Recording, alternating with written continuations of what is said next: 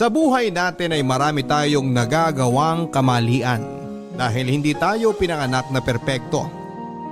Kung minsan yung mga taong malalapit sa atin ang ginagawang instrumento para tayo magbago. Ikaw, naranasan mo na bang makarma at matuto mula rito? Kapag ang tao ay umiibig, pakiramdam niya ay nakalutang siya sa langit. Pero kapag nasaktan naman siya, daig pa niya ang bumubulusok pa ibaba sa lupa mula sa himpapawid. At kung hindi man ikamatay ng kanyang puso ang pagbagsak na yon, ang mga sugat namang dulot nito ay iindahin niya sa panghabang buhay. Ang storyang tampok natin para sa araw na ito ay galing sa ating letter sender na si Alexa, na buong pusong ibinahagi ang kanyang mga karanasan sa buhay at kung paano siya pinagbago ng mga ito. Handa ka na bang makarelate sa kanya? Alamin natin yan sa mga kwento ng pag-ibig, buhay at pag-asa dito sa nangungunang Barangay Love Stories. Dear Papa Dudut, akala ko sa teleserye lang pwedeng mangyari ang mga nangyayari sa buhay ko. Pero maling-mali pala ako. Ni sa panaginip ay hindi ko inakala na posible kong pagdaanan ng ganung uri ng sakit na halos dumurog sa aking pagkatao at magpaguho sa aking mundo. At kahit ilang taon na ang nagdaan ay sariwa pa rin ito sa aking alaala. Itago niyo na lamang po ako sa pangalang Alexa. 35 years old at tubong Carmen sa Davao del Norte. Pero 10 taon nang nakakalipas nang lumuwas ako dito sa Maynila. Ang totoo niya na hindi pa gaano nagtatagal simula ng kawilihan kong pakinggan ng inyong programa. Pero walang araw simula noon na hindi ako nangarap na makapagpadala sa inyo ng sulat upang ibahagi ang kwento ng buhay ko. Ngunit bago ang lahat ay humihingi ako ng pangunawa sa ating mga kabarangay para sa ilang bahagi ng aking storya na merong sensitibong tagpo. Papadudot, noong nasa Davao pa ako, nagtatrabaho ako bilang supervisor doon sa isang malaki at pribadong kumpanya. Yun ang first job ko simula nang makapagtapos ako sa kolehiyo bilang cum laude. Nang matanggap at makapasa ako sa naturang kumpanya, hindi na ako dumaan sa pagiging rank and file dahil for training na agad ako sa mataas na posisyon. Hindi na bago sa akin yon dahil noong nag-aaral pa lamang naman ako ay consistent awardee at palagi na akong top student ng klase namin. Bukod sa pagiging matalino ay may pagmamalaki ko rin ang taglay kong pisikal na kagandahan. Kaya naman malakas talagang kumpiyansa ko sa sarili ko simula pa noong college pa lamang ako. Madami na akong naging manliligaw, pero ni isa sa kanila ay wala akong sinagot dahil ayoko ng commitment. Mabilis kasi ako magsawa at aaminin kong hindi ko kailangan ng mga lalaking magsasabi sa akin ng dapat at hindi ko dapat na gawin. Nang magtrabaho naman ako ay puro fling at hook up lang ang naging relasyon ko sa iba't ibang lalaki. Kaya nga kilala din ako bilang playgirl ng aking mga barkada.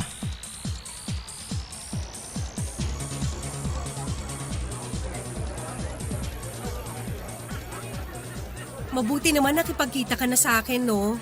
Alam mo namang ikaw lang ang best friend ko tapos palagi ka pang busy these past few days. Sorry naman. Pero tama ka, busy nga ako masyado kaya naisip kong kailangan ko rin namang lumabas-labas. Kailan nga ba yung huling beses na nag-bar tayo? Sandali, meron pa ba tayong ibang kaibigan na darating? Wala na. Niyaya ko sila pero may mga kanya-kanyang commitment sa mga jowa. Kaya ayoko ng ganong klaseng relasyon eh.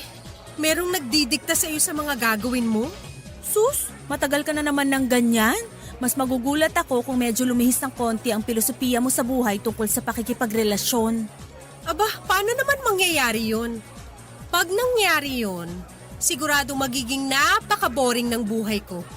Biruin mo, iisang tao lang ang palagi kong sasamahan o kakausapin tungkol sa mga bagay-bagay. Hindi ko alam kung handa na ba ako sa ganong relasyon kasi sa ngayon, nag-e-enjoy pa ako sa mga panandalian lang. Yun bang kapag napagsawaan ko na, pwede ko nang iwanan? Yun bang relasyon na walang halong feelings at commitment? Happy-happy lang. Ibang klase ka din talaga, no? Ewan ko ba, paano kita naging best friend? Mundo ang pagkakaiba natin pagdating sa pinaniniwalaan natin tungkol sa relasyon. Ang dami mo nang pinaiyak ng mga lalaki simula pa nung college and until now. Kakaiba ka talaga. Ikaw naman.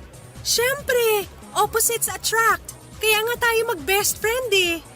At kaya nga rin pala kita in-invite kasi meron akong ikukwento.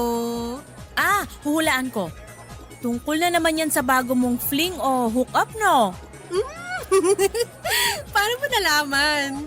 Pinagsasabi mong paano ko nalaman. Madalas naman kapag nagkikita tayo, panay ang kwento mo tungkol sa mga nakilala mong lalaki. Kaya ano ba yun? Sino na naman ba yung bago mong biktima? Sobra ka naman sa biktima. Pero pwede ko na rin siyang isama sa listahan ng mga lalaking na-ghost ko. Ay, ikaw na, te. O, dali, kwento na.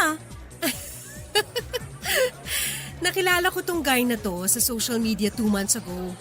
Ayos naman siyang kausap. In fact, nag-click naman kami kasi marami kaming similarities. Then, as usual sa boys, gusto agad dumamoves. Kaya medyo tinamad akong kausapin siya nang magpakita na siya ng ganong motibo. Until one day, medyo nakaramdam ako ng pagkapagod. Kaya naisip kong balikan yung last conversation namin. So, nagkausap uli kayo? Yes. At pumayag ako makipag-fling sa kanya.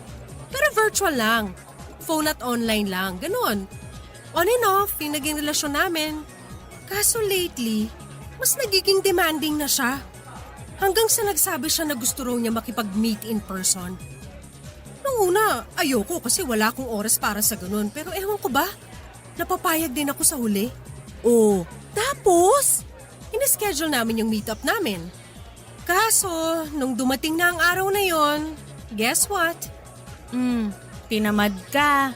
Nawalan ka ng gana at interes. Correct! May iba na rin kasi akong kinakausap no na mas interesting at ayaw din ng commitment. Kaya, automatic na dinisregard ko na yung lalaking gustong makipagkita sa akin. Binlock ko siya sa social media accounts ko at hindi sinipot sa meeting place namin.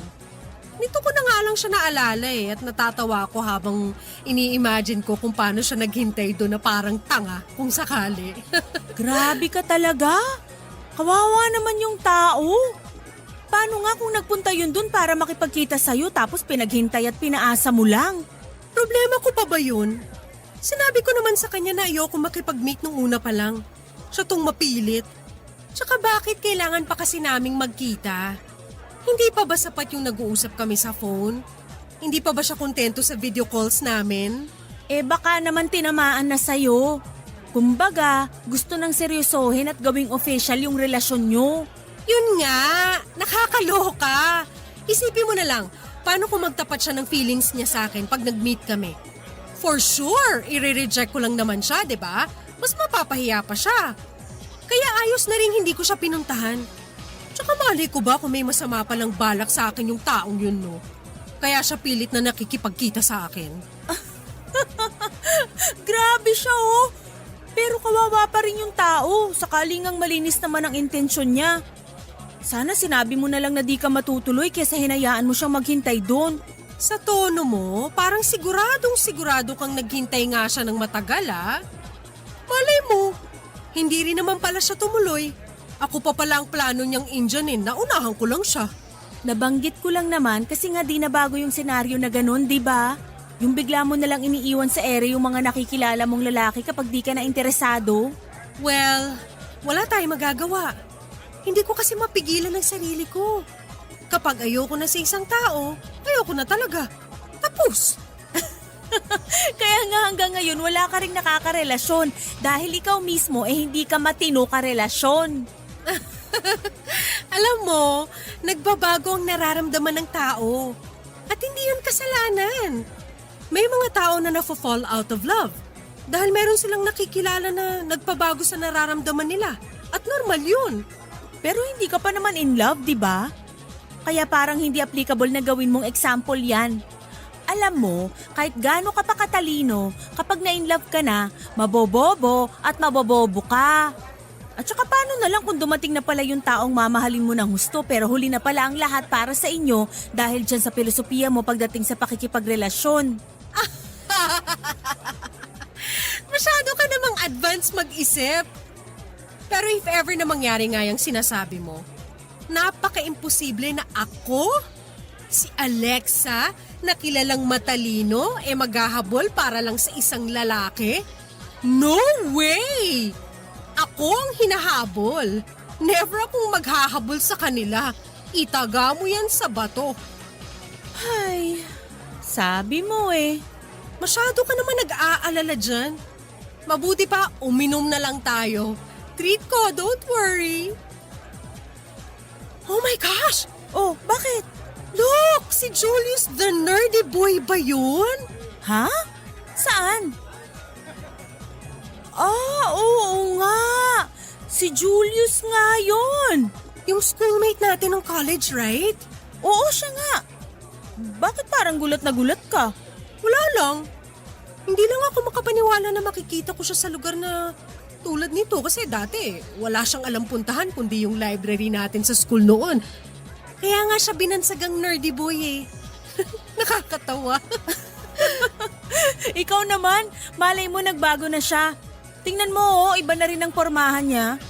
Oo nga. Dati ang baduy niya manamit eh. Bigla tuloy akong naging interesado sa kanya. Papadudot tulad nga ng sinabi ko. Kilala bilang baduy pumorma at nerd si Julius noong nasa college pa kami.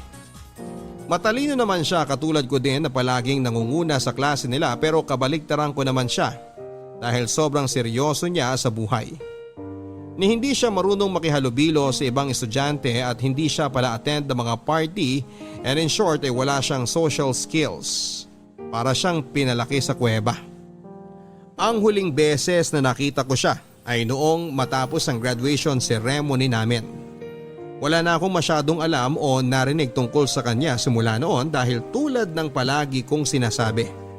Hindi ako interesado sa mga boring na tao.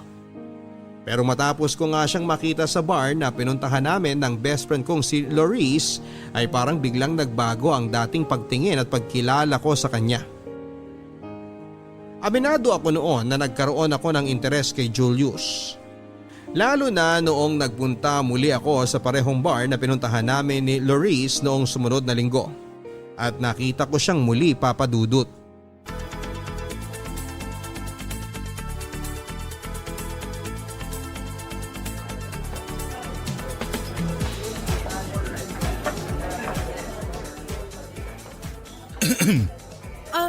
Hey!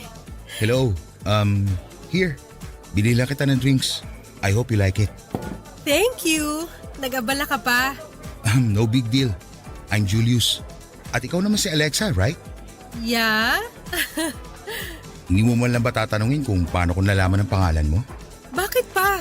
Mukha namang natatandaan natin ang isa't isa eh. So hindi na kailangan ng ganong intro. That's good to know. Mind if I sit here? May kasama ka bang iba? Oo, kasi mag-isa lang ako. So kung meron kang hinihintay, pwede naman ako umalis na lang. Oh no! Wala akong kasama. Ako lang din mag-isa kaya pwedeng-pwede ka maupo dyan. Thanks. Ang totoo niyan, nakita na kita dati dito sa bar last time. Kaya umasa ako na baka makita kita ulit dito ngayon. Really? Actually, pareho pala tayo nang naisip. Seryoso ba yan? Oo. Matagal na rin since graduate tayo ng college. Wala na akong narinig tungkol sa'yo simula noon. Kumusta ka na ba ngayon, Julius? Ito, ayos naman. Working as a nurse sa public hospital. How about you? Nagtatrabaho na din ako as supervisor sa isang private company dito sa atin. Wow, supervisor ka na pala. Iba ka talaga, Alexa. Simula nung college tayo, kilala ka ng matalino sa school. Kaya naman hindi nakakapagtaka kung mataas na ngayon ang posisyon mo sa trabaho. Ikaw din naman matalino. Pero malaki ang pinagbago mo. Kasi ang natatandaan ko noon, hindi ka palalabas. May pagka-introvert ka pa nga eh.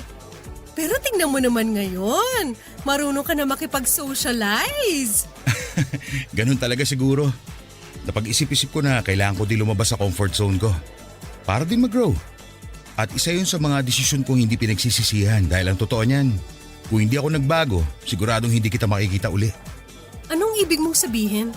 Hindi ko alam kung nasabi ko na ba sa ito nung college pa tayo na crush kita. Oh my gosh, really? Pero wala akong matandaan kasi nga marami kayo nagsasabi na crush niyo ko. Oo eh. Hindi ko na nga rin maalala kung nabigyan ba ako ng chance na makapagtapat sa'yo noon. Paano ba naman? Ang haba palagi ng linya ng mga lalaking nanliligaw at nagpapapansin sa'yo. Samantalang isang hamak na nerdy boy lang ako noon. Kaya duda rin ako na mapansin mo. Uy, sobra ka naman. Hindi naman ako ganun kasamang tao para hindi ko mapansin ang effort mo. Pero nakaraan na yun. At ngayon nagkita tayo uli. Pakiramdam ko itinadhana talaga itong mangyari. Kaya nga sinabi ko talaga sa sarili ko na hindi na ulit ako maduduwag.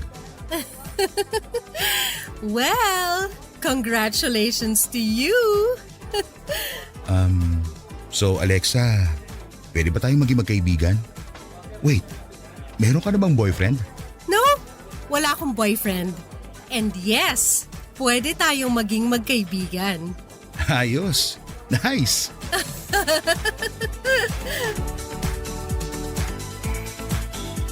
Papadudot na puno nga ng kwentuhan at maraming tawanan ng pagkikita naming yon ni Julius. At masasabi kong nag-enjoy talaga akong kasama siya. Na hindi ko na nga namalayan kung anong oras ba kami naghiwalay at bago umuwi ay nagsuggest siya na ihatid ako sa aking apartment. Bagay na hindi ko naman tinanggihan dahil ng araw na yon ay hindi ko dala ang kotse ko. Nagpalitan na rin kami ng numbers at nagfaluhan sa social media dahil malakas ang pakiramdam namin na hindi yon ang magiging una't huli naming pagkikita. Kahit ako sa sarili ko ay hindi ko rin mapigilang ma-excite sa mga susunod pa naming paglabas na hindi nga nagtagal ay nangyaring muli. Dumalas ang pagkikita at paglabas namin ni Julius, Papadudut. Hanggang sa formal na rin niya akong niligawan. Bagay na hindi ko tinanggihan pa. Pagkalipas lang ng ilang buwan ay sinagot ko na siya at opisyal na ngang naging kami. Oo, walang wala talaga sa karakter ko ang pagpayag na magpaligaw kay Julius. Pero nang maging kami, pakaramdam ko noon. Naging totoo ang saya sa dibdib ko. Palibasa sa unang pagkakataon ay naranasan ko na ma-in love. Papadudot, noon lang talaga ako na in love sa tanang buhay ko. Bagong-bago sa akin ang pakiramdam kasi hindi ako sanay na nananatili sa isang pangmatagalan at seryosong relasyon. Pero nagbago ang lahat nang muli kaming magkita ni Julius. Kahit na nakukornihan ako sa sinasabi niyang yon na baka raw itinadhana ang pagkikita namin, pagkalipas ng mahabang panahon ay parang gusto ko na ring paniwala ang totoo nga ang sinasabi niyang tadhana. Mabuti na lang pala na sa parehong pahina kami ng aming buhay nang muli kaming pinagtagpo. Tumagal ng 2 buwan ng relasyon namin ni Julius bago ko nabanggit sa best friend kong si Loris ang tungkol doon. Tulad ng inaasahan ko ay hindi makapaniwala ang kaibigan ko na magiging kami ni Julius at lalong higit na mas tumibay ang aming relasyon. Siyempre hindi mawawala doon yung tuksuhin niya ako na kinain ko daw ang mga sinabi ko na kahit kailan ay hindi ako papasok sa isang relasyon kung saan ay kailangan kong mag-commit at higit sa lahat ay hindi ako mai-in love. Aminado naman ako, Papadudot, na kinain ko ngang talaga ang lahat ng paniniwala ko pagdating sa pag-ibig. Pero kung para naman kay Julius ay masasabi kong worth it ang mga bagay na binago ko sa sarili ko.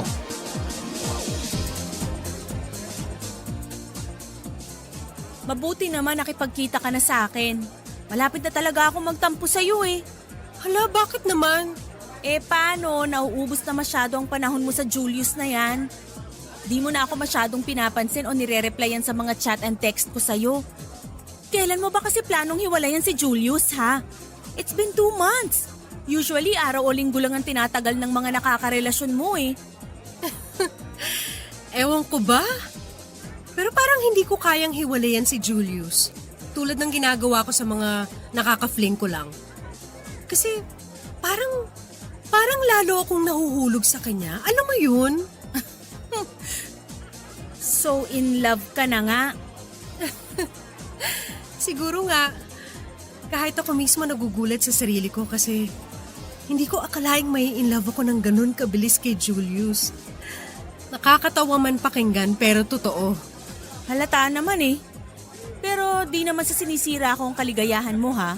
Kaya lang, di ka ba natatakot? Natatakot saan? Na kapag hinayaan mo pa ang sarili mo na mahulog kay Julius, baka sa huli, magsisi ka. Magsisi ako? Anong ibig mong sabihin? Lasing ka na yata eh.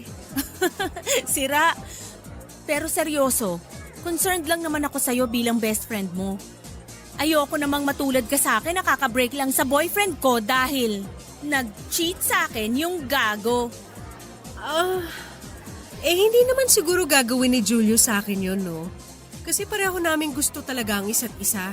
Ayoko lang dumating yung punto na masyado kang mabulag sa sinasabi mong pag-ibig para kay Julius at di mo na makita ang totoo. Ikaw din, baka di mo kayanin yung sakit. Ikaw naman? Masyado ka namang nega dyan. Ako, iiwan ni Julius? Aba, imposible mangyari yun, no? Tsaka kilala ko si Julius. Hindi niya ako lolokohin.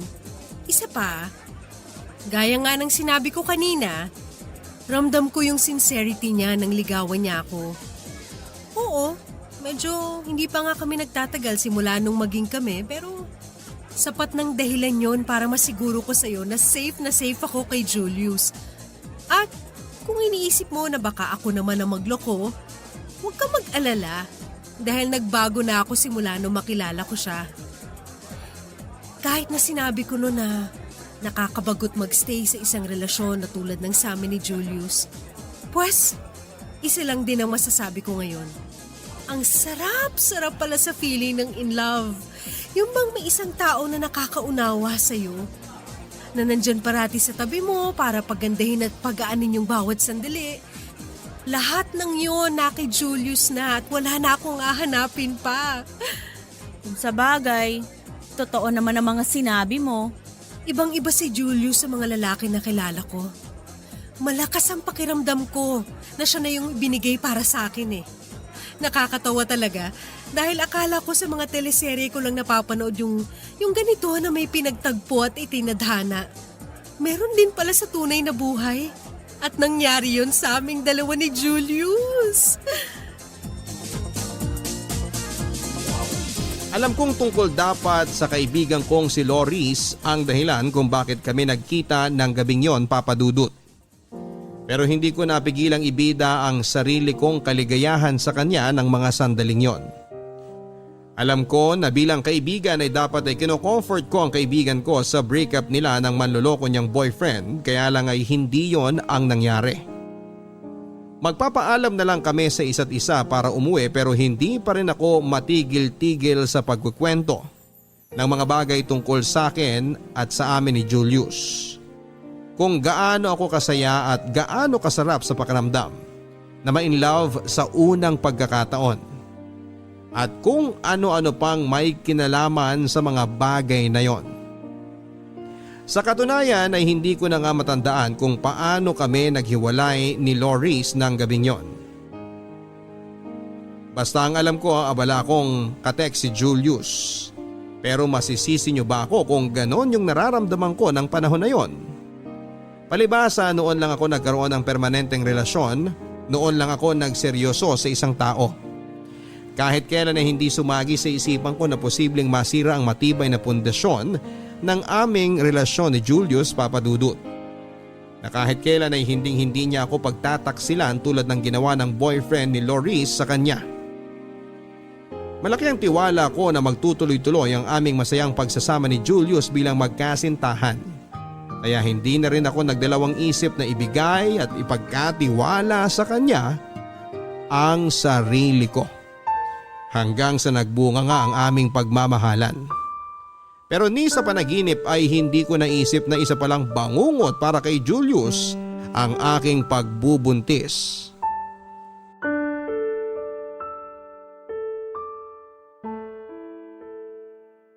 I'm really sorry, Alexa. Pero hindi ko matatanggap ang batang yan. Anong sinabi mo? Sira na ba ang ulo mo? Sira ulo na o sira ang ulo. Pero hindi ko pananagutan ng batang ipinagbubuntis mo. Paano ako nakakasiguradong anak ko nga yan? Anong sinabi mo? Nagdududa ka na hindi ikaw ang tatay nitong ipinagbubuntis ko? Bakit? Imposible ba mangyari yon? Kilala kita. Hindi ka marunong makontento sa iisang lalaki. Anong malay ko na kapag hindi tayo magkasama may iba kang kinakalantari. Ang kapal naman ng pagmumukha mong pagbintangan ako ng ganyan. Gago ka! Ang sakit doon ah! Kulang pa yan, Julius. Kulang pa yan dahil sa harap-harapan mong panginsulto sa akin. Wala akong pakialam sa nararamdaman mo, Alexa. Dahil ang totoo niyan, nagpunta talaga ako dito para formal nang makipaghiwalay sa'yo. Ano? Gusto ko nang tapusin ang relasyon na to. Kasi hindi na ako masaya sa'yo. Hindi na kita mahal. Ang tumatakbo lang sa isip ko ngayon ay ang makipaghiwalay sa'yo. Sandali. Sandali lang, Julius. Ano bang sinasabi mo? Bakit mo naman naisip na makipaghiwalay sa akin ng biglaan? Ano bang ginawa ko para magkaganyan ka, ha? Ang dami mo namang tanong Akala ko ba matalino ka? O bakit hindi mo maintindihan yung punto ko? Kailangan ko pa bang isulat tapos lagyan ng mga drawing para maintindihan mo ang sinabi ko? Oo! Kailangan mo ipaliwanag sa akin isa-isa kung anong klaseng kabaliwan ang pumasok sa utak mo. Para bigla mong gustuhin na tapusin na ang lahat ng namamagitan sa atin. Kailangan mong ipaintindi sa akin ang mga dahilan mo dahil wala akong maintindihan kahit isa. Ano bang mahirap intindi sa mga sinabi ko, ha? Gusto mo pa ba talaga idikdik ko sa pagmumukha mo na ayoko na sa'yo? Na gusto ko na makipaghiwalay?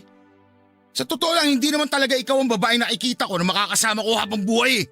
Hayop ka nga talaga! May pasabi-sabi ka pa na itinadhana ang pagkikita natin. So sinabi mo lang yon para paikutin ako? Ha? Ano, sumagot kang hayop ka? Ay, bakit ba ang dami mo pang tanong? Aalis na ako. At saan ka pupuntang lintig ka?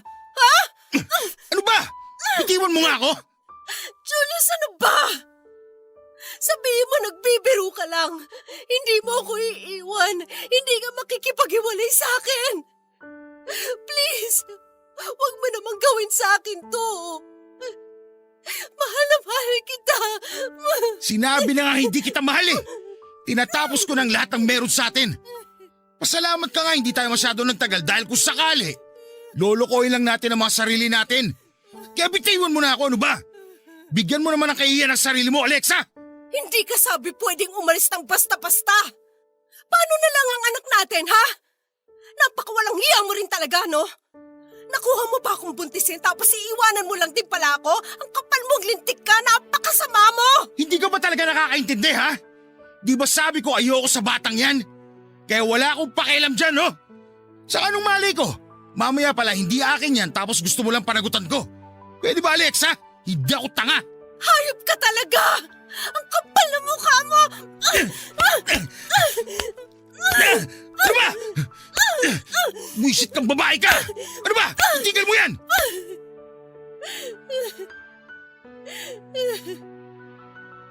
Ganun mo na lang ba kadaling ibasura ang lahat sa atin? Ano nang gagawin ko sa anak natin kung aalis ka, Julius? Sabihin mo, ano? Aba, malay ko sa'yo! Katawan mo yan! Ikaw ang magdedesisyon kung anong gusto mo gawin sa batang yan. Ipalaglag mo kaya para hindi mo na problemahin pa. Simpleng bagay pinapakomplikado mo. O kung gusto mo, pwede mo rin namang ibenta sa mag-asawang hindi magkaanak. Napakasama mong tao! Paano mo naaatim na sabihin yan sa sarili mo pang anak? Masahol ka pa kay Satanas! Ay, nako! Ang dami mo pang drama dyan. Basta, buo na ang desisyon ko. Hindi ko pananagutan ng batang yan dahil hindi ako kumbinsidong sa akin nga yan. Pasensya ka na ha, pero nagbabago ang nararamdaman ng tao at hindi yung kasalanan.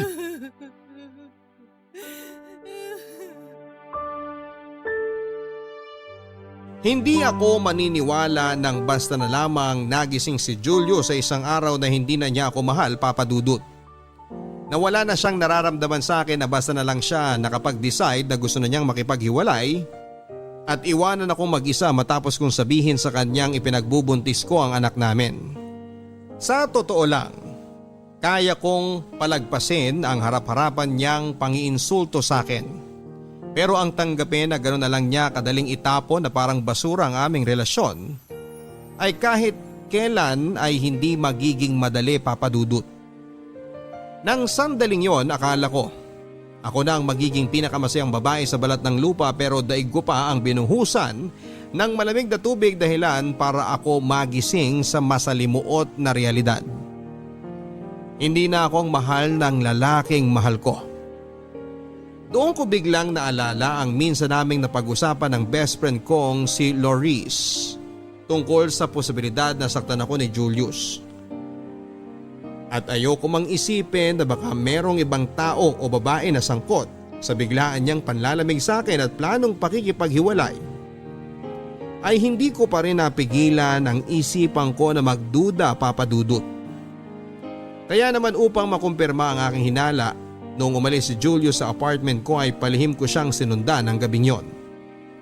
Para bang nakutuban ako na hindi pa siya dederecho na umuwi sa bahay nila. Alam kong parang tanga ang ginawa kong yon, pero hindi na ako nakapag-isip. Para ako na blackout noon, Papa Dudut. Nagpadala na ako sa bigat ng nararamdaman ko ng mga oras na yon. Tama nga ako na hindi pa planong umuwi ni Julius.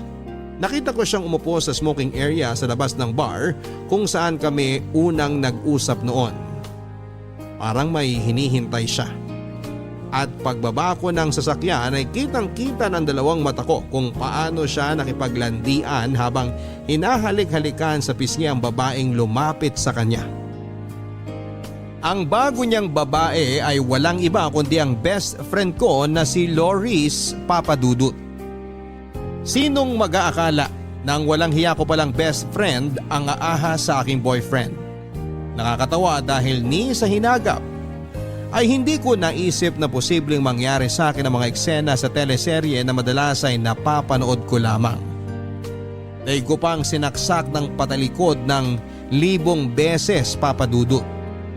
Nang makita kong parang linta na nakalingkis si Loris kay Julius, ay hindi ko na napigilan ng galit sa aking puso. Nang sandaling yon ay parang gusto kong pagpira-pirasuhin ng buhay ang traidor kong best friend. Naisip kong paano naaatim ni Loris na makipag-sweet-sweetan kay Julio samantalang alam naman niyang may relasyon kami ng lalaking nilalandi niya. Tandang-tanda ko pa kung paano ko yon ipinamumukha sa kanya.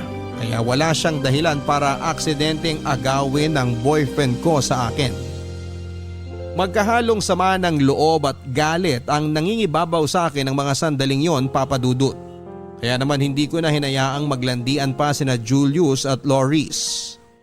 Lalo lang nagdidilim ang paningin ko kaya hindi ko na napigilan ang sarili ko na gumawa ng eksena at sugurin silang dalawa.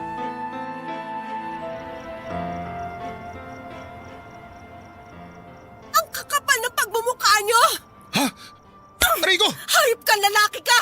Alexa, ano ba? Kulang pa yan sa pagtataksil mong walang yaka! Anong pagtataksil? Hoy! Para sabihin ko sa'yo, hiwalay na tayo! Kaya huwag mo akong pinagbibintangan! Sira ulong to! Ang kapal ng mukha mong sabihin sa akin ang tungkol sa bagay na yan? Ito ba? Ito bang walang kwentang babaeng to ang dahilan kung bakit bigla ka na lang nang lamig sa akin? Ha? Siya ba? Alexa, ano ba? Nakakahiya, pinagtitinginan tayo ng mga tao. At ako pa talaga ang dapat mahiya dito? Hindi ba? Sa ating tatlo, dapat kayo ang mahiya at hindi ako? Sandali. Traidor kang hayop ka! Aray! Ano ba, Alexa? Nasasaktan Ano ba? Tumigil na kayo! Leche ka, Alexa! Lumayo ka na! Nasisiraan ka na talaga ng ulo, Alexa! Kulang pa nga yung pananabunod ko eh. Dapat sa iyong ahas ka ay kinakalbo. Ang kati mo rin eh, no? Paano mo nagawang akitin si Julius, ha? Samantalang alam mo naman kami, di ba? O baka naman nagbibingi-bingihan ka lang nung nagkukwento ako sa'yo kung gaano kami kasaya at kaperpekto para sa isa't isa. Ano? Para sabihin ko sa'yo, una ko nagustuhan at minahal si Julius. Anong sabi mo? Siguro nga panahon na para malaman mo ang totoo, Alexa. College pa lang tayo, in love na ako kay Julius. Akala ko nung una mawawala din ang pakiramdam kong yon. Lilipas din.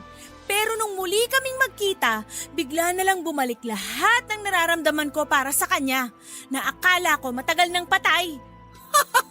Kaya ba nang malaman mong naging kami ni Julius, nainggit ka? Nagkataon namang nagkalabuan kayo ng ex-boyfriend mo kaya mo nilandi ang boyfriend ko? Aba, magaling ka rin talagang ahas ka, no? Paano mo nagawang traidorin ng best friend mong hayop ka? Para sabihin ko sa'yo, unang naging akin si Julius. Tsaka noon pa man, wala ka nang pakialam sa kanya, di ba? Bigla ka na lang nagka-interes dahil hindi na siya katulad ng dati. Akala mo ba hindi ko alam na isang araw itatapon mo rin siya na parang basura kapag nagsawa ka na? At para sabihin ko sa'yo, matagal nang tapos ang pagkakaibigan natin. Hindi ko nga alam sa sarili ko kung bakit pa kita sinasamahan samantalang wala naman akong napapala sa'yo eh. Napaka makasarili mo, Alexa. Wala kang bukang bibig kundi kung gaano ka kagaling at katalino sa lahat ng bagay. Puro na lang ikaw, ikaw, ikaw. Paano naman ako? Si Julius na lang ang meron ako, hayop ka. Pati ba naman siya kinuha mo pa? Aba, kasalanan ko ba kung sa ating dalawa mas nakakalamang ako? Ako ang pinakamaganda, matalino at sikat sa mga lalaki? At ikaw, palaging huli. Hindi magaling sa mga bagay-bagay at higit sa lahat, pangit! Nakakaawa ka, Loris. Nakakaawa ka. Kahit anong sabihin mo, ikaw pa rin ang iniwan sa atin. Ikaw ang mas kawawa. Dahil ahas ka! Mga agaw! Traidor! Malandi! Higad! Pwede ba, Alexa, tumigil ka na? Walang inagaw si Loris sa'yo. Ako ang kusang pumili sa kanya dahil noon pa man siya na gusto ko at hindi ikaw. Anong sinabi mong demonyo ka? Gawa-gawa ko lang naman kung ano mga sinabi ko sa'yo nung magkita tayo eh. Na mahal kita, gusto kita, at itinadhana ang pagkikita natin. Ang totoo niyan, diring-diri ako sa'yo at ayoko mapalapit sa'yo, Alexa. Pero lahat ng yun, tiniis ko para sa kuya ko. Kuya mo? Natatandaan mo ba yung lalaking nakilala mo noon sa social media? Yung nakafling mo? Kuya ko yon, Alexa. Nag-iisang kapatid. Pero salamat sa'yo dahil patay na siya ngayon. Simula nung paasahin mo siya at hindi si puti sa lugar na pinagkasunduan nyo, nasaktan siya ng husto. Simula nung maglaho ka na lang na parang bula sa buhay niya, matapos ang lahat-lahat, nawala na siya ng gana magpatuloy pa. Isang araw, nagsimula na siyang hindi kumain. Nasundan pa yun ng nasundan hanggang sa tuluyan na siya ng hina. Nagkaroon din siya ng iba pang sakit na dahilan para bumigay ang puso niya. Alexa, namatay ang kuya ko dahil sa'yo. Kasalanan mo kung bakit nawalan ako ng kapatid. Kaya masaul ka pa sa demonyo. Kaya ba pinlano mong mapalapit sa akin? Para ipaghiganti ang kuya mo? Salamat na lang kay Loris dahil nalaman ko na ikaw ang walang yang babaeng hindi sumipot sa pagkikita niyo ng kuya noon. At hayop ka din, no? Ibinida mo pa talaga ang ginawa mo. Tao ka pa ba? Kaya simula nun, para makapaghiganti ako, sinubukan kitang paikutin. At mukhang nag-work naman dahil in love ka na sa akin. Nagtagumpay ako sa plano ko. Nasaktan ka. Naiwan ka na lang din basta-basta katulad ng ginawa mo nun sa kuya ko. Napaasahin kami forever tayo pero umasa ka lang sa wala kasi suka-suka talaga ako sa'yo. Hindi kita minahal. Hindi kita mamahalin kahit kailan. Si Loris lang ang mahal ko. Siya ang gusto kong makasama at hindi ang katulad mong kampo ni Satanas. Walang niya ka! Ikaw ang demonyo sa ating dalawa! Niloko mo ko! Pinaglaruan, pinaasa! Masahol ka pa sa hayop!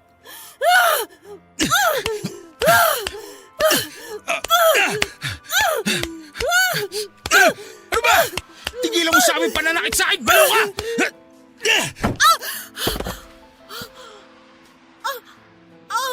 Aray! Dugo! Julius, anong ginawa mo sa anak natin? Ang baby ko! Ang baby ko!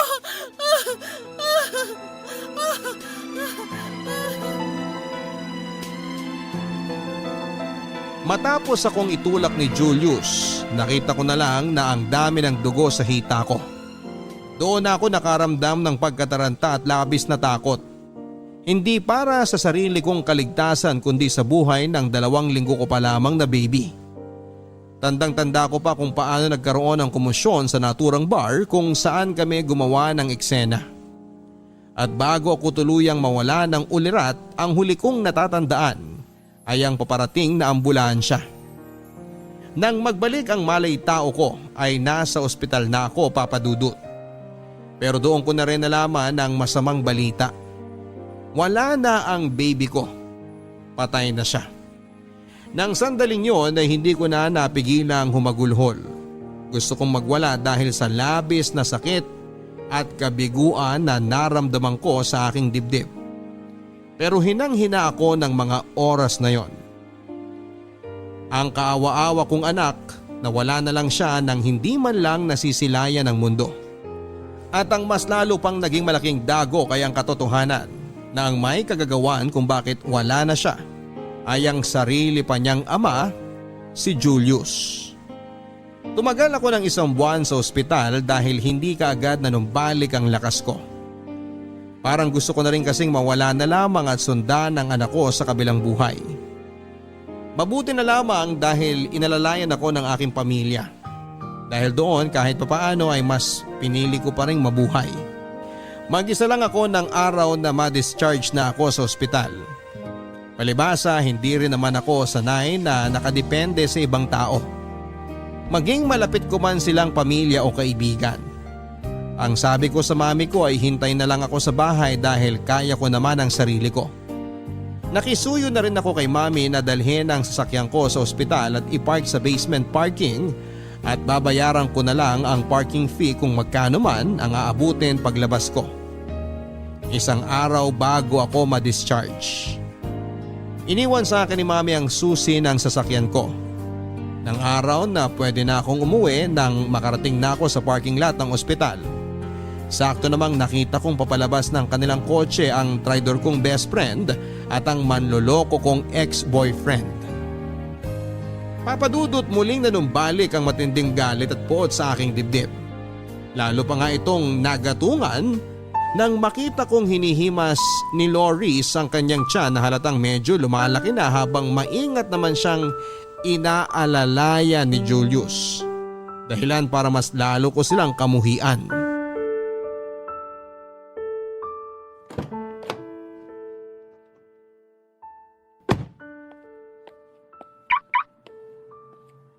Wow naman! Wow talaga! Alexa, anong ginagawa mo dito? Nagulat ka ba, Loris? Bakit? Akala mo ba ikinamatay ko na yung pagkakalaglag ng anak ko? Pues, para sabihin ko sa inyong dalawa, oo, kamuntik na.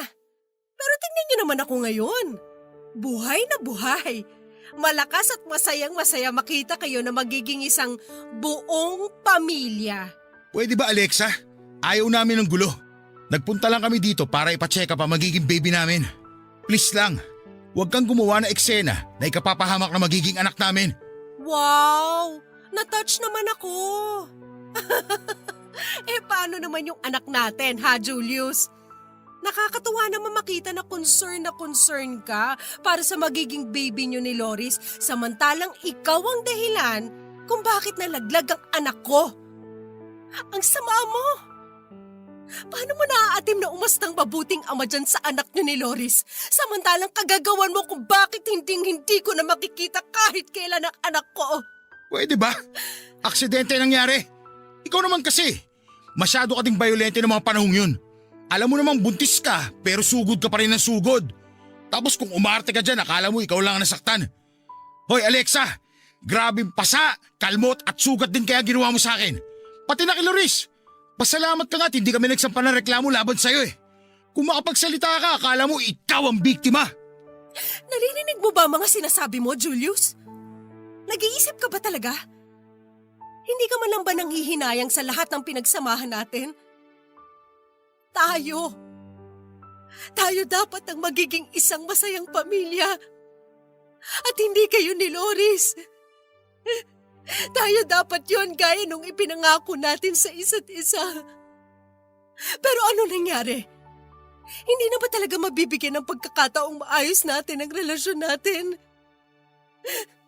Julius, ano bang nagustuhan mo kay Loris na hindi mo mahanap sa akin? Nasa akin naman ang lahat, di ba? Maganda ako, matalino. Di hamak naman na mas marami din akong pera kaysa sa hampas lupang babaeng yan, no? Kaya bakit hindi na lang ako, ha? Bakit hindi ka na lang bumalik sa akin? Ano ba sa mga sinabi ko noon ang hindi mo naiintindihan, Alexa, ha? Gusto mo pa talagang ulitin ko para masaktan ka lalo? Sige, ulitin ko.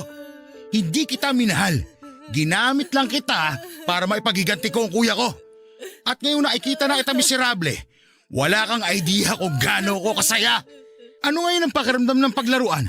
Tulad ng paglalaro mo sa damdamin ng mga lalaki na kilala mo noon, ha? Ano ngayon ang pakiramdam na magmukhang tanga at kawawa matapos iwanan ng taong mahal mo? Deserve mo lahat ng pinagdadaanan mo ngayon. Kung tutusin nga, kulang pa yan eh. Huwag mo na kaming guluhin. Magkalimutan na lang tayo at isipin na lang natin na parang walang nangyari.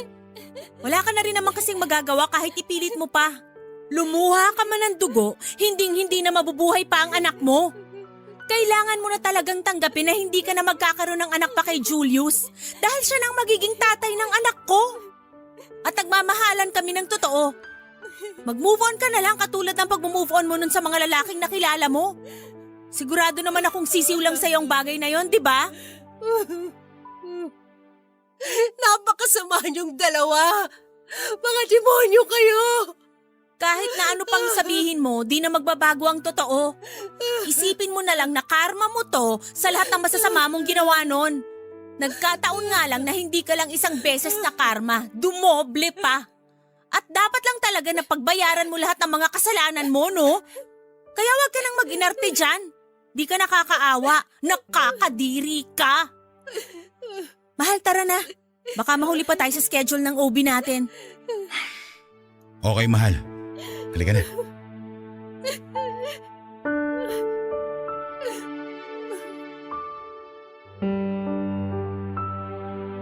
Luhaan akong iniwan ni na Julius at Loris ng sandaling yon, Papa Dudut. At dahil sa hindi ko maipaliwanag na sakit na aking nadarama, kaya napahagulhol ako sa loob ng sasakyan ko. Matapos nilang umalis. Mabuti na lang dahil nagawa ko pang tawagan ang aking mami para magpasundo. Hindi ko na rin naman kayang mapag-isa ng panahon na yon. Pagdating ko sa bahay ng mga magulang ko ay agad akong nagkulong sa kwarto. Umiyak lang ako ng umiyak noon habang pilit na binubura sa aking isipan ang mga eksena kung saan ay masayang masaya sina Julius at Loris kasama ang magiging anak nila. Papadudot, awang-awa ako sa sarili ko. Yung dati ako na malakas, matapang at matalino ay tila naglahong parang bula sa kalawakan at napalitan ng mahina at miserableng bersyon ko. Nang mga panahon na yon ay dumanas ako ng labis na depression. Una na doon ay dahil sa pagkawala ng aking baby. Ikalawa ay ang pagtataksil ni Julius at pagiging traidor ni Loris. At huli ay ang pagsasabwatan nilang dalawa para maghiganti sa akin. Pakiramdam ko ako na ang pinakawalang kwentang tao sa mundo, Papa Dudut. Dahil kung totoo man ang doble karmang sinasabi ni Loris ay parang sobra-sobra naman yatang sakit ang ganti sa akin ng tadhana. At dahil nga sa hustong kalungkutan, matinding kapighatian at pagiging kaawa-awa na aking naramdaman, kaya naman tinangka kong tapusin na lamang ang aking buhay. Papadudot, alam kong malaking kasalanan sa Diyos ang kitlin ko ang sarili kong buhay sa pamamagitan ng pag-inom ng gamot hanggang sa ako ay ma-overdose. Pero desperado na kasi ako. Sa dami ng trahedyang nangyari sa aking buhay ay hindi ko na alam kung paano gumising sa umaga ng masaya at masigla katulad ng dati. Gusto ko na lang matapos yung sakit, kaya gusto ko na lang din na mawala. Pero sa kabila ng lahat ay hindi pa rin ako pinababayaan ng Diyos. Nang mga sandaling yon, mabuti na lang dahil nakita ako ng mga magulang ko kaya naman naisugod nila ako sa pinakamalapit na ospital kung saan nananatili ako ng halos 3 linggo. Pinagalitan at pinagsabihan ako ng husto ni na mami at daddy tungkol sa ginawa ko sa aking sarili. At aaminin kong natauhan ako nang umiyak sa harapan ko ang mga magulang ko, Papa Dudut. Doon ko na-realize na hindi pala ako nag-iisa sa labang pinagdaraanan ko, na merong mga taong nagmamahal sa akin at handang tumulong sa akin sa mga panahong pakiramdam ko ay mag-isa na lamang ako.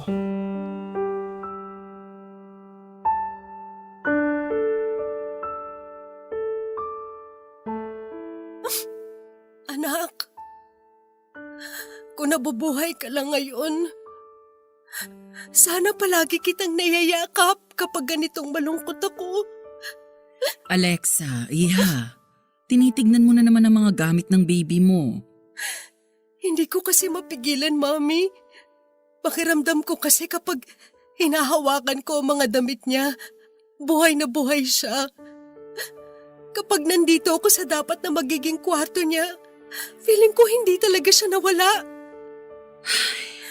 Naiintindihan ko, anak. Nag-aalala lang kasi ako sa'yo dahil baka sumama na naman ang pakiramdam mo. Alalahanin mo, kagagaling mo lang sa trangkaso. Baka mapinat ka. Ay, alam ko naman po yun kaso hindi ko po talaga mapigilan ang sarili kong pumunta dito sa kwarto niya. Okay, pero maya-maya ay kailangan mo na rin magpahinga, ha? Huwag nang matigas ang ulo mo. Si Mami talaga. Kung umasta, para namang baby pa ako. Malaki na kaya ako. Tignan niyo, may apo na nga kayo dapat sa akin eh. Alexa, anak.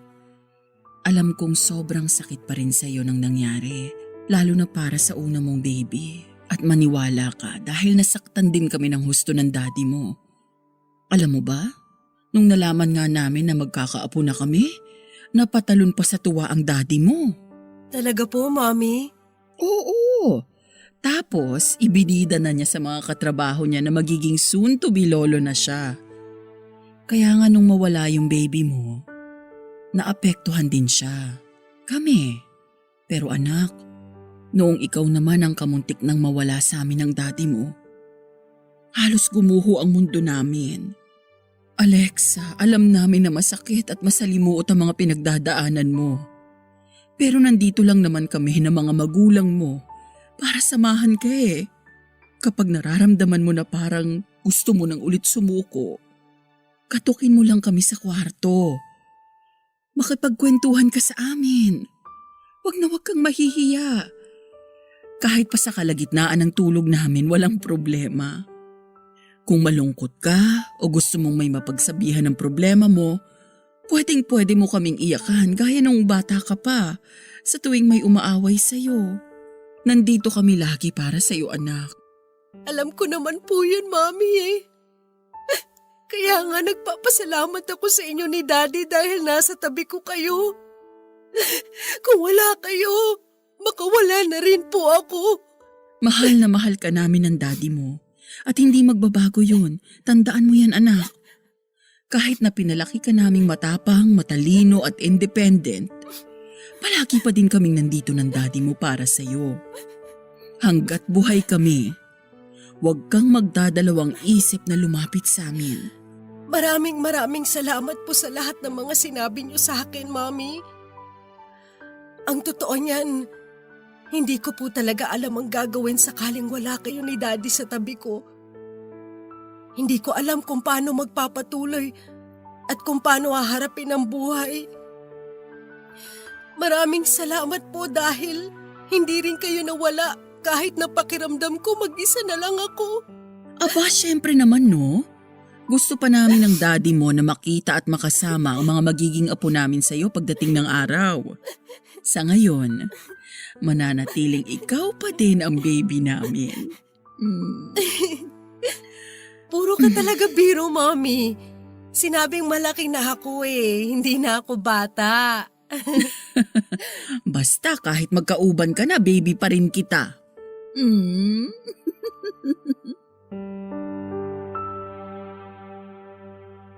Nagdaan ng ilang buwan at hindi ko na nga namalayan ang paglipas ng isang taon, Papa Dudut. Ngunit masasabi ko namang bumuti ang kalagayan ng aking pisikal na pangangatawan kasabay ng aking mental health. Nakabalik na rin ako sa aking trabaho at doon na lang ako mas nagpakabisi para naman kahit papaano ay pansamantalang mawala sa aking isipan ang mga pinagdadaanan ko. Sa tulong din ng aking mga magulang at malalapit na kamag-anak, mas naging maayos ang estado at disposisyon ko sa buhay ko. Nawalan na rin ako ng balita kina Julius at Loris ng panahon na yon.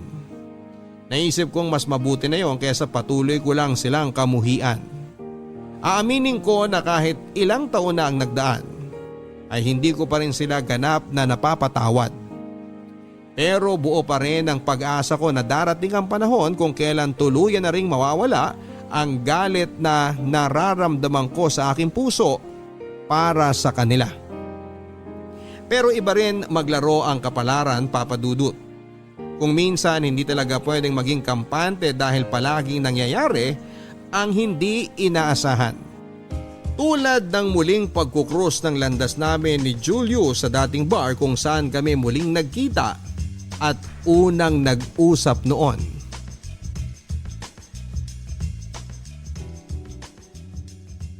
Alexa, Di ba diring-diri ka sa akin? O bakit lumalapit ka sa akin ngayon? gusto lang kitang makausap. Alam mo, gusto ko matawa. Pero para saan pa? Natatandaan mo pa ba na sa lugar na to tayo nagkita ulit pagkatapos nating graduate?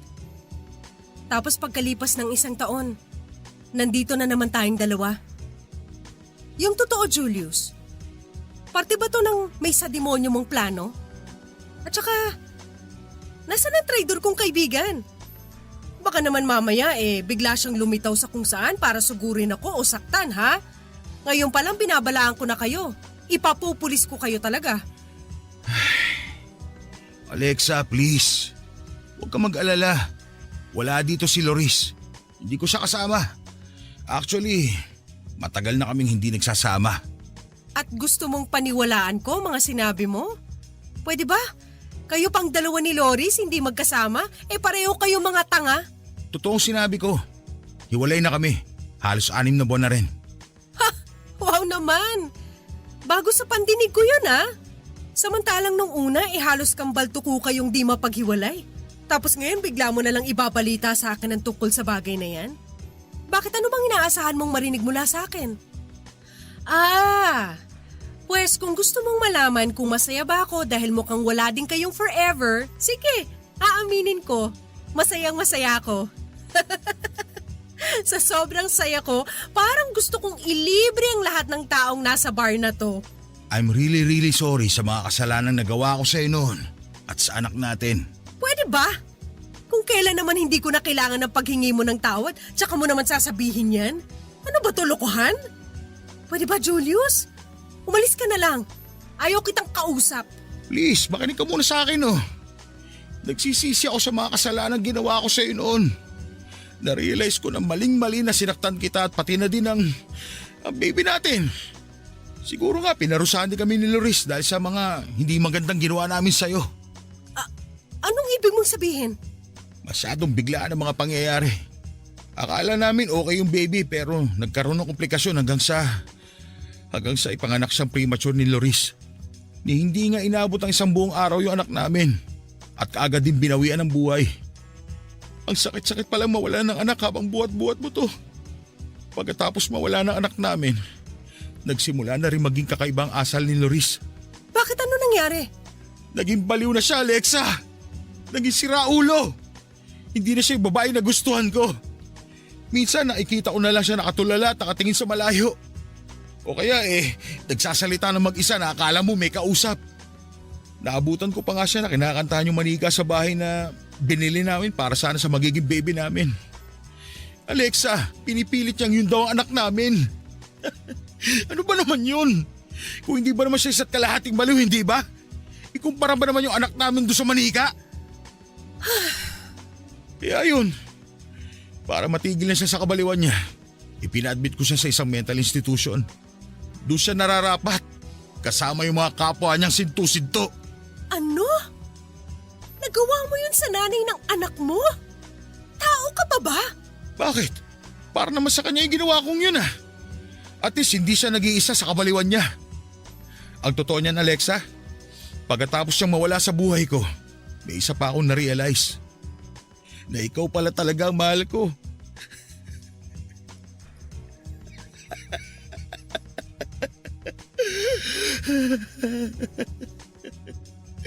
Kaya nga hinanap kita kaagad eh.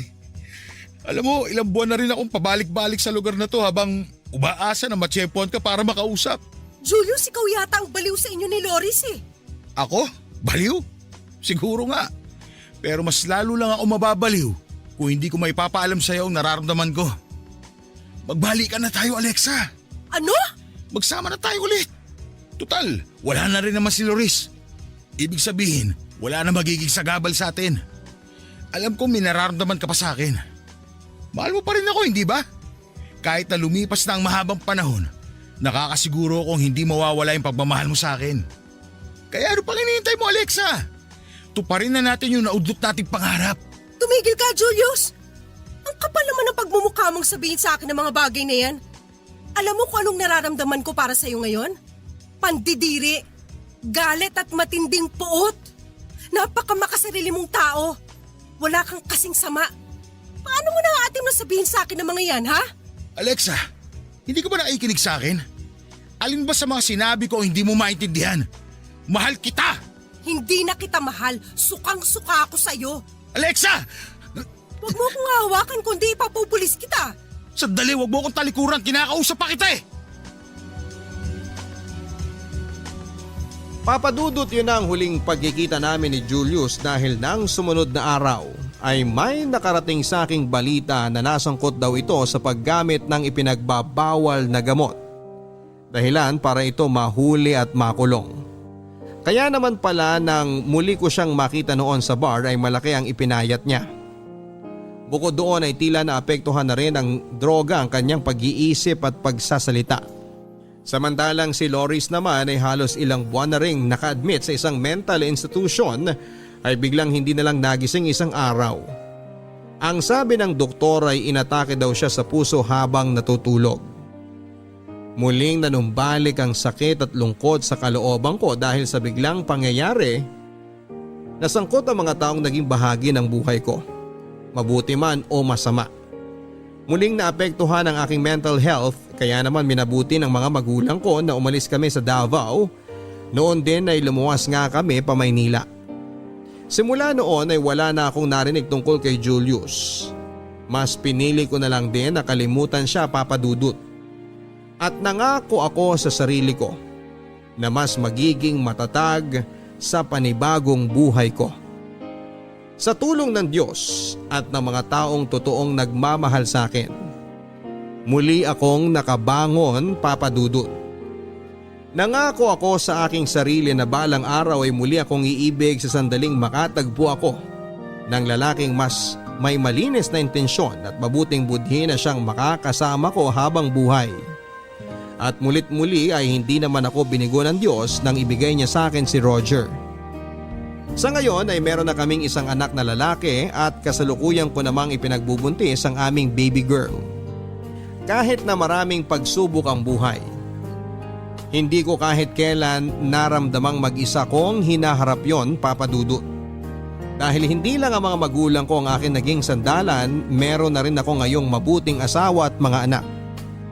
Sa huli ay natutunan ko na yung mga mahalagang bagay sa buhay tulad ng pag-ibig, kaligayahan at kapayapaan ay hindi basta-basta dumarating. Dahil ang mga yon ay unti-unti nating binubuo sa ating puso para maibahagi natin sa iba. Kaya nga importante na mabuti ang ating intensyon upang mabuti rin ang karmang bumalik sa atin. Alam ko medyo masalimuot ang mga pinagdaanan ko. Kaya naman para makabawas sa bigat na nararamdaman ko sa dibdib ay ibinahagi ko ang aking kwento. Maraming salamat po sa pagkakataong mabasa ninyo ang sulat ko, Papadudut, At sana ay merong na-inspire at may natutunan sa aking kwento, Papa Dudut. Ang inyong forever kapuso at kabarangay, Alexa. Ang pagiging mabait at mabuti ay magkaibang bagay. Ang mabait ay yung oo ka lang ng oo sa ibang tao dahil ayaw mong masaktan sila sakaling tanggihan mo ang gusto nila. Ang pagiging mabuti naman ay yung hindi ka agrabyado at wala kang inaagrabyado. Napakinggan natin ang storya ng letter sender natin na si Alexa na sa buhay mahalaga po ang magkaroon ng mabuting intensyon sa ating kapwa. Dahil ayon nga sa lumang kasabihan, kung ano ang ating itinanim, yun din ang ating aanihin. Kung gumawa tayo ng masama sa ating kapwa, masamang karma din ang babalik sa atin. At kung mabuti naman, umasa tayo sa mabuting karma. Pero sino ba naman sa atin ang hindi nahihirapang magpakabuti? Hindi ba? Bagay na pwede nating matutunan paunti-unti gaya ng pinatunayan sa atin ni Alexa. Kahit na masalimuot ang buhay, marami pa rin namang magagandang pangyayari. Kahit na malungkot, meron pa rin namang masaya. Habang buhay tayong magmahal, ang pagpapaalam naman ay gawin lang natin ang sandali. Hanggang sa muli mga kapuso, ako po si Papa Dudut sa mga kwento ng pag-ibig, buhay at pag-asa. Dito sa Barangay Love Stories number 1. Mga kwento ng pag-ibig, kwento ng pag-asa at mga kwento ng buhay dito sa Barangay Love Stories. Love Stories. Forever! Forever!